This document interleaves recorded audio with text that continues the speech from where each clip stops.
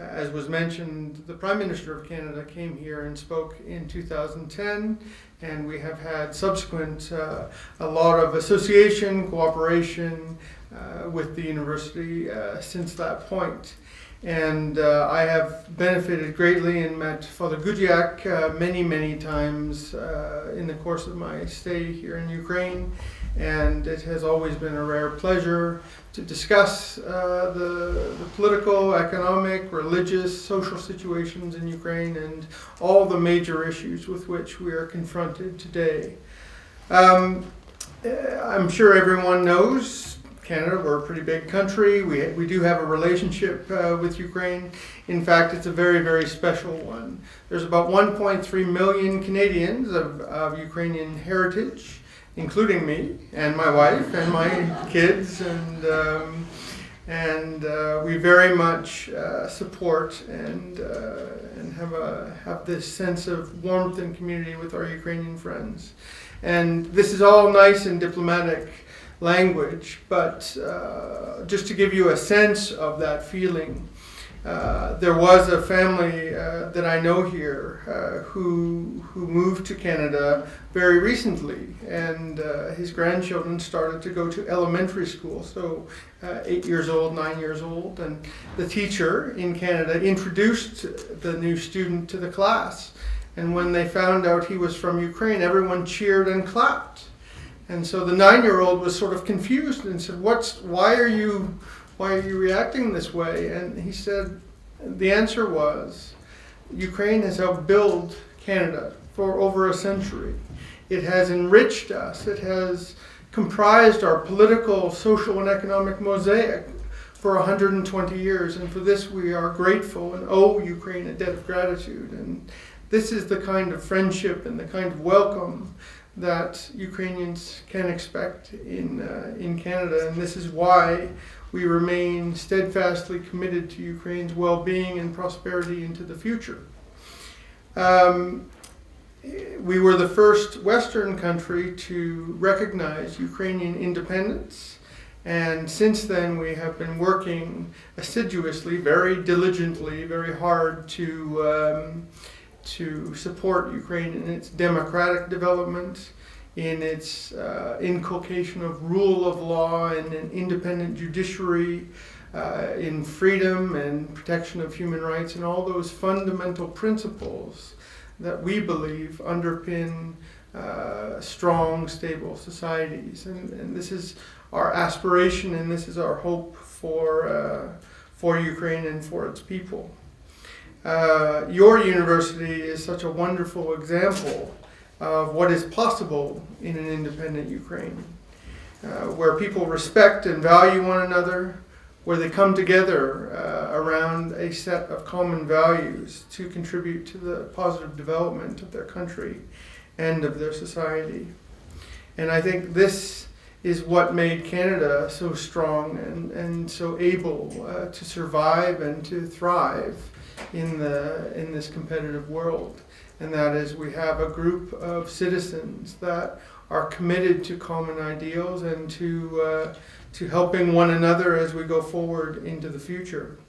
And it is my hope that Ukraine will reach that level of values and support and community that is fundamental and vital for our success. What can I really tell you about the world and the experience and how to get from where you are today to the future? The first thing I'd say is we don't have magical answers or a truth that once you know it, it will all your problems will melt away, and that just doesn't exist. It takes time, it takes hard work. The good things that I can mention are that ideas matter. If you have a good idea, it can make a difference in the way things are done, and it can provoke and create change. And in some cases, paradigmatic shifts, very fundamental change to the way of doing things. And it sounds like a truism, it's said a lot, but one person can make a difference in how things go. In my experience, and if you permit me, I'll share a little bit of my personal career, particularly since I'm invisible on the internet. I was working in international security in the 1990s, and in 2002 there was a changed security situation with terrorist attacks and problems with non-state actors, and I came up with a little strategy which I thought Canada should implement to make the society a little bit safer. And I sent this little strategy to our G8 friends, my counterparts, just officers, officials in the government. And 3 weeks later, I got a letter from the President of the United States saying, "Great strategy, here's $10 billion, go implement it." And he said, and the caveat was, "We'll give you the $10 billion if you can get other countries to throw in their own money for another $10 billion." So it basically said you have 5 months to raise $10 billion. And so, of course, we got this letter, and my boss's boss phoned me and said, "What the hell?" Can I say that? Said, "What is this?" And I said, this is important. This is important for Canada, but it's important for international security. It's about protecting people. And most importantly, it's about doing the right thing.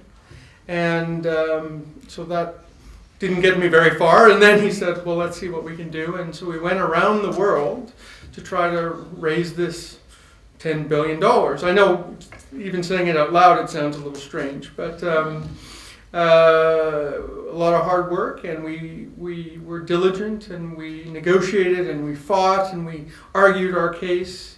We stayed up till 3 in the morning, 4 in the morning, just to get the meetings we needed, and miraculously, with a little help, I think, we were able to raise the $20 billion and launch an initiative.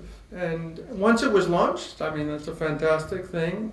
And then there's the whole issue of doing the work. What are you going to do with the $20 billion? And so for the last decade, I was fortunate enough to have a great team and to work and to travel the world and to try to help secure things like dangerous weapons, nuclear weapons, and chemical and biological weapons, and nuclear submarines and missiles, and all kinds of fun things like that.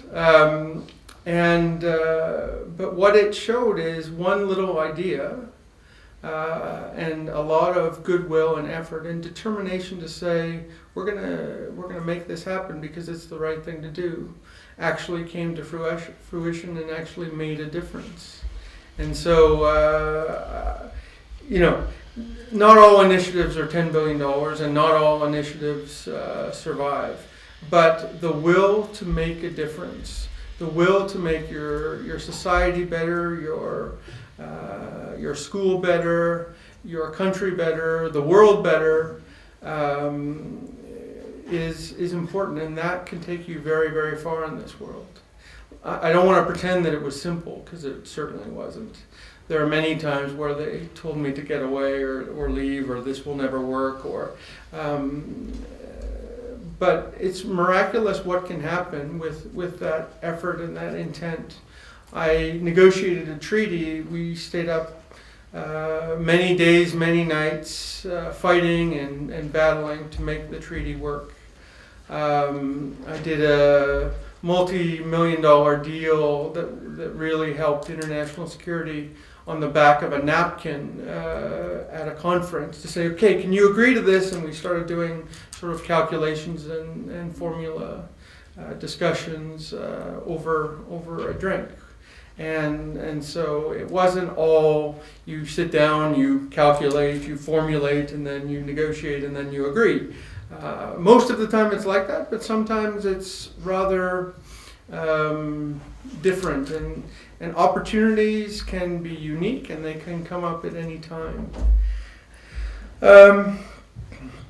I'd also recommend you do what you enjoy, because if you don't like your day-to-day work or your day-to-day, not everybody enjoys homework and writing term papers, and there's, you have to put in some effort and some work, and you can't always do everything you want at all times. But if you choose a path in life and you like what you're doing and you feel like you're contributing and doing something that will help other people, gives, in my humble opinion, gives you such a sense of accomplishment and achievement that it makes your life better. So I would recommend, if you can, do what you enjoy. And I say all these things because I know that you are the future. You're the future of this country. You will set the moral compass of where this country goes and what it does. And it's not an easy question. It's not an easy responsibility, but it's on your shoulders. And for this country and for the world, we need people like you to work hard, to stay focused, and to try to make a difference in your world. I think that's about it. Thank you very much. Thank you, Mr. Ambassador. And now we have time for questions and for discussion. Yeah. I suggest that you introduce yourselves and then raise your question. And of course, you can do it in Ukrainian, and Irina will kindly interpret it if you so wish. Hello, Mr. Ambassador. My name is Tim, and I'm a student of one of the programs of Lviv Business School. Mm-hmm. And I'm thinking about my future of how can I develop myself in business sphere in the context of developing Ukraine.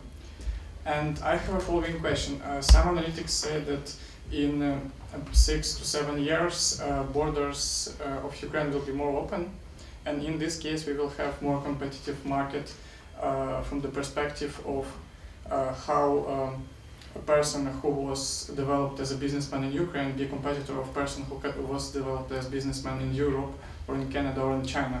Mm-hmm. So my question will be, how do you recommend to get prepared in a case when Ukraine will be different, to go to China or Canada and to develop myself as an entrepreneur in this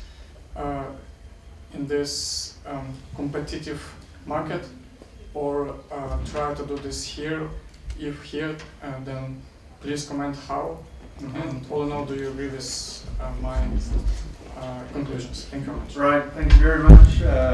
Not easy questions to answer, and I certainly don't want to tell you to move or to tell you to stay and to give you so direct advice. And you should get opinions from all around for those who have had experience, and then make your choice, what you think feels right for you.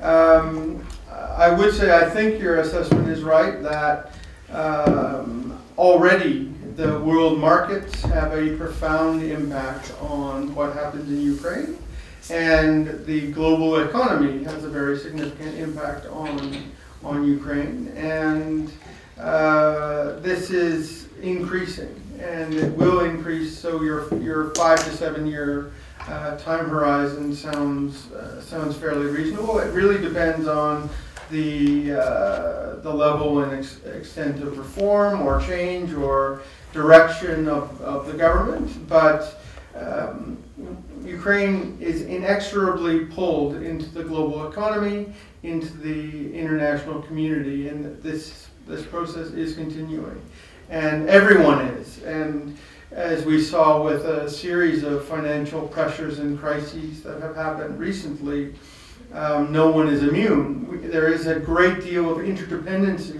What happens in one country can affect another one, even if it's way across the world.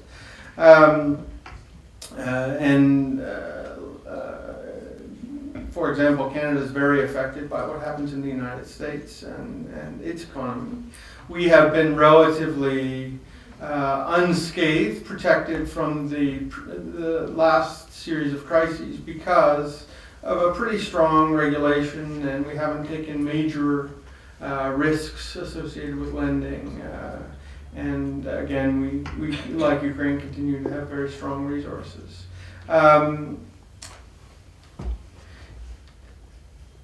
At the end of the day, you need to be ready for the world markets.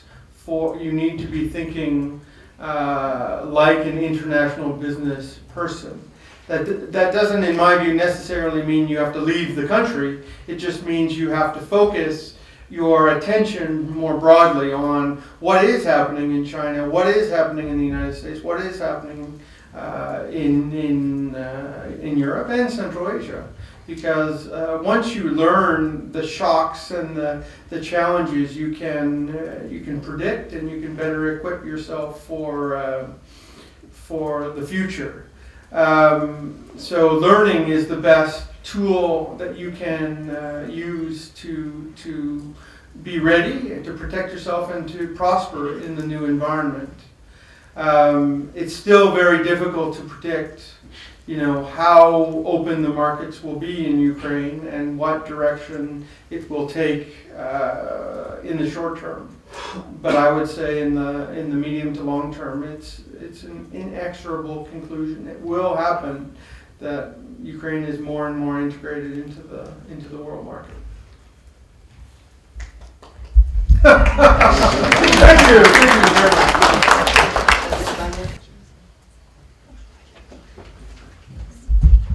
My name is Nastya. I have more personal questions. I want to ask you about what about your ingredients of success? What must to know and to be able to do the person in our society to be more successful and to be able to change something? Wow. First of all, I think you are on the right path, because at university you learn. You learn a variety of things, and what I have known about this university in particular, it's not only about values, and values are critically important, but philosophy. What is your approach? Even if you're a physicist, you want to be a philosophical physicist, and you put what you're doing in the context of society and what is beneficial and what will help. So learning is the first element of success. If you are able to understand and to put things in context, to weigh risks and calculate and rationalize and come out with innovative and creative solutions, that's number one, and you're doing it here, and that's why you're here, and that will serve you very well. I think if you are able also to communicate your ideas and argue them and articulate them in meaningful ways that are convincing, so you have the knowledge and you're able to communicate them, then that will serve you well at the same time in recipes for success. There are, again, and there are people who have written on success and business leaders, and some will say you have to be lucky. Some will say you have to adapt to your environment. So if your environment calls for people that can seize opportunities rather than these brilliant intellectuals that can rationalize everything, if you walk into a system where making a key decision or being able to see or predict a model or something that will happen, that will bring you success. So, there's no one recipe in this world for success. But in my experience, what I can say is education, communication, will, and a desire to make things better. If those four things can drive you, you're well on your way. Mr. Ambassador, I'm Loretta Zarenka. I'm the director of the program of media communications here at the university. So I've been to Canada a couple of times. I've been to Toronto, to Montreal, to Quebec, and I know from my experience that English is not the only one language one should know to communicate with people there, and also to even to ride a car, for example, in Quebec. So French is very important there. But so my question is, what are the policy, language policy right now in Canada? Probably you know that in Ukraine, language question is a crucial question here. Russian language and the languages of minorities, which are also the native languages here in Ukraine. So what's the policy right now, and is it a problem at all? Thank you. Yeah, thank you very much. Yeah, it's, again, very interesting questions. Certainly Canada is a bilingual country officially. We recognize both English and French. And so you will get English spoken in many parts and then French spoken in many parts. In small pockets where English is dominant, you'll have French communities. And in Montreal, for example, you will have mostly a French environment, but a lot of English too, and you could function very well only speaking English. So there's a fair degree of balance that persists in Canada. The national laws, there's no compulsory requirement that people speak one language or another. So it is not a draconian or a forced legislation. There are laws about how government employees speak, what their linguistic capabilities are, and how the public, the Canadians, are allowed to, they have a right to be served in their respective language of their mother tongue, as we say.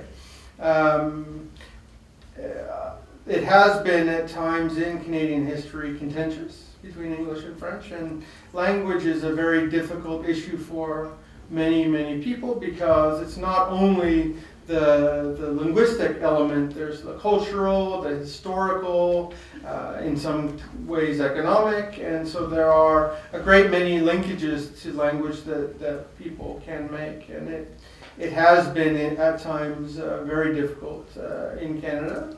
But I would say generally people are accepting and they have lived and continue to live fairly harmoniously related to language in Canada. Of course, you do have, there was a great deal of controversy over the language law and here in this country, and I'm not sure how much of it was very much involved with politicians who were engaged. I don't know whether the general public it was such a critical issue for them. The polls around the language law said that about 4% of the population were actually interested in this as an issue, but it became very politicized, as language does, and language is a very difficult issue that we have seen and that you will continue to see here. More questions? Okay, there's one more and over there, so two more. Hello, Mr. Ambassador. My name is Nadia, and I am a student of the program of journalism. But for my questions, I need a translator. Yes, please, go on. Моє питання стосуватиметься ситуації, яка зараз склалася з міжнародною дипломатією в контексті скандалу з WikiLeaks. Міжнародний дипломат польський Адам Ротфельд вважає, що скандал у WikiLeaks показав, наскільки є слабкою якість світового керівництва на прикладі Америки. Таким чином, інформація, яка була оприлюднена на сайті, можна вважати її мало важливою. Тому в контексті того роботи американських дипломатів, як ви можете оцінити загалом якість світової дипломатії, наскільки вона на даний момент виконує свої завдання? No, it's a very good question. You know, I've been a diplomat for 20 years almost, so I don't think I'm going to say what we've done is sort of not worked or hasn't been constructive. Diplomacy is a very interesting field. There are times where you can do some great things, and there are other times, particularly I find as the group gets bigger. So the United Nations, it has some wonderful contributions. But when all of the member states, you know, almost 200 countries get together and make statements and have their points of view, to try to come to a common target and approach is very, very challenging. So I think certainly diplomacy has struggled when countries are divided, and everyone in this room has opinions about where the future of Ukraine should be, and how it can happen and how it won't happen, and struggles and challenges. And I'll bet that the opinions are quite diverse, and that's probably healthy. What diplomacy does is try to look at all those varying opinions and differences and make some sense of them, and to lead them to some sort of constructive conclusion. And I think, number one, it's important to talk about it, to sit down, to debate, to discuss, to understand the problems and the challenges. If you don't understand, and you resort to other mechanisms, so if you don't talk about it and you just either leave it alone, or you fight over it using the application of force, that's a bad situation. So diplomacy is trying to prevent us from entering into conflict with those who have different interests. And so I think in that sense, particularly since the end of the Second World War, we have seen some success to try to live on this world together and not come to major conflict. Certainly not perfect and needs a lot of work, but I think diplomacy is an answer to making that happen.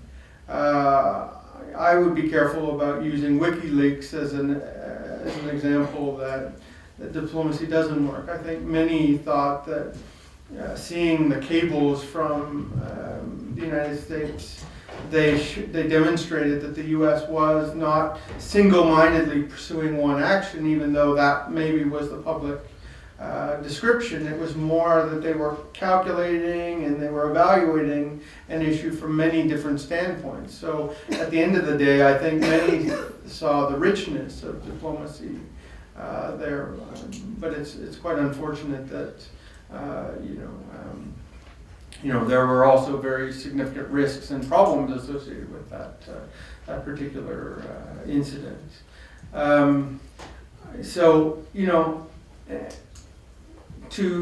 When you negotiate a deal, when you do a business deal, when you deal with your parents, you are in a sense doing some work on diplomacy. You negotiate. Can I have the car? Can I stay out late? Do I need to do my homework now? Now that's what I negotiate with my son. Well, except the car, because he's only 9. Diplomacy is about trying to characterize things in a reasonable way, understand different points of view, and come to a meaningful conclusion. So I think diplomacy is the way of the future and the way that success will happen for us. But as a diplomat, one would probably expect me to say that. Yeah, we have just a few minutes left, and I think there was one more, probably the final question, or pre-final. Okay, Mr. Ambassador, dear colleagues, my name is Maxim, and I'm a student of Lviv Business School. I'm kind of engaged in the public administration field here, and it was extremely interesting to hear your story. But you asked us to be initiative and to take responsibility in our hands. And from your story, you told us about you showed it on your own example about your 20 billion strategy. So my question is, what made you feel right, and what made you feel that you are the right guy to implement the 20 billion strategy, which will affect millions of other people? That's all.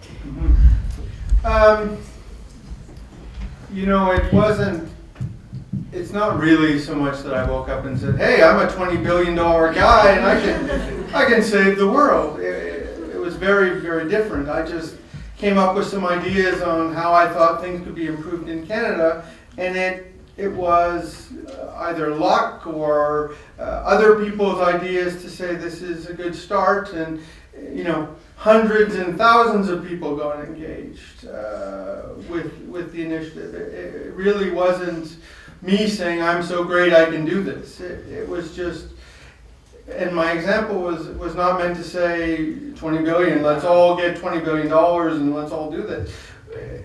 Little ideas, just to try to make things a little better, whether it's the way a business is run, whether it's the way in which you help your neighbors. Those little ideas are very powerful and can be successful. Successful on a grand scale, they can spread where one neighborhood cleans up and then another neighborhood and then all of a sudden a region, and so all I'm saying is you don't have to shoot for one massive thing that will save the whole world. If you do little things and you try to make a difference, this will have a much bigger impact than you can imagine. Thank you very much, but maybe we were lost a little bit in translation. My question was about the responsibility.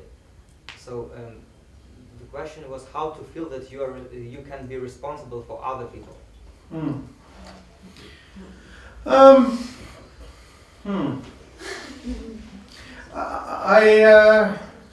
I don't feel I'm responsible for other people per se, any more than they are responsible for me.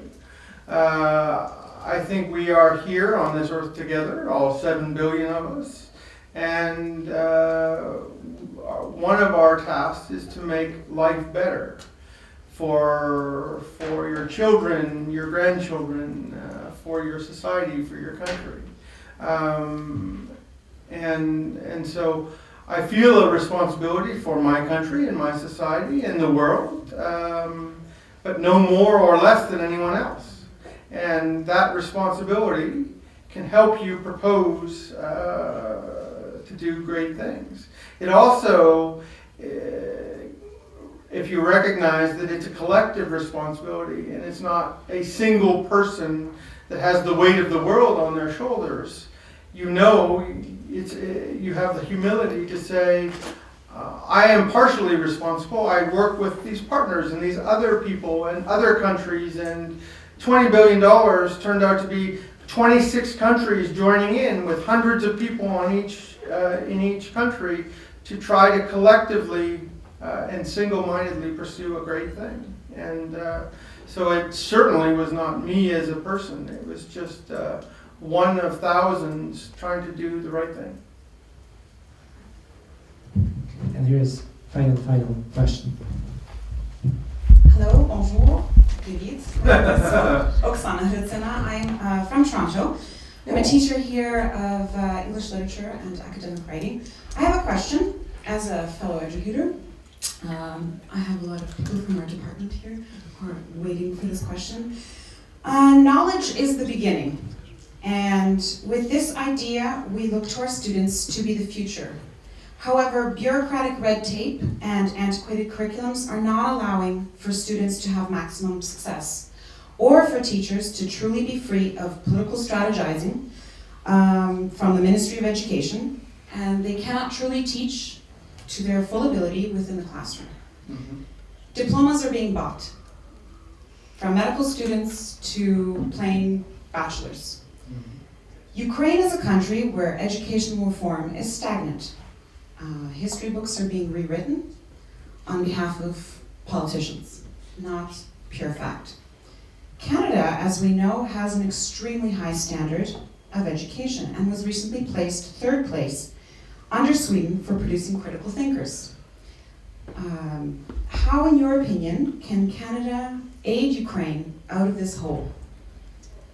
How can we, as leaders in education, global education, how can we help Ukraine reform their system?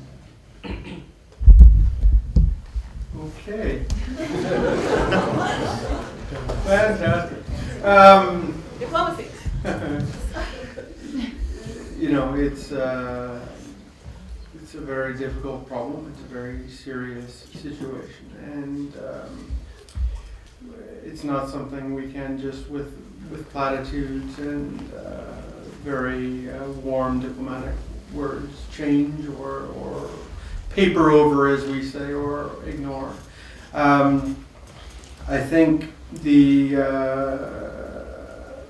system of education here has a lot of historical problems and challenges, and the direction for the future is still very much uncertain. Canada, we have, and many countries, and many Ukrainians have been all looking at the future direction of education in Ukraine, and you may know that there's an education law that is drafted, and there are several drafts now before the Verkhovna Rada to try to chart this path of education for the country.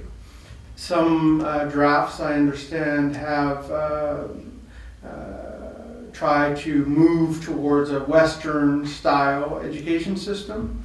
They try to give maximum autonomy to the universities and colleges, institutes. They try to encourage financial independence for the universities and colleges. Now, Catholic University has less of a problem with financial independence because it raises its money from other sources. But many universities and their rectors grapple with the whole issue of budgets.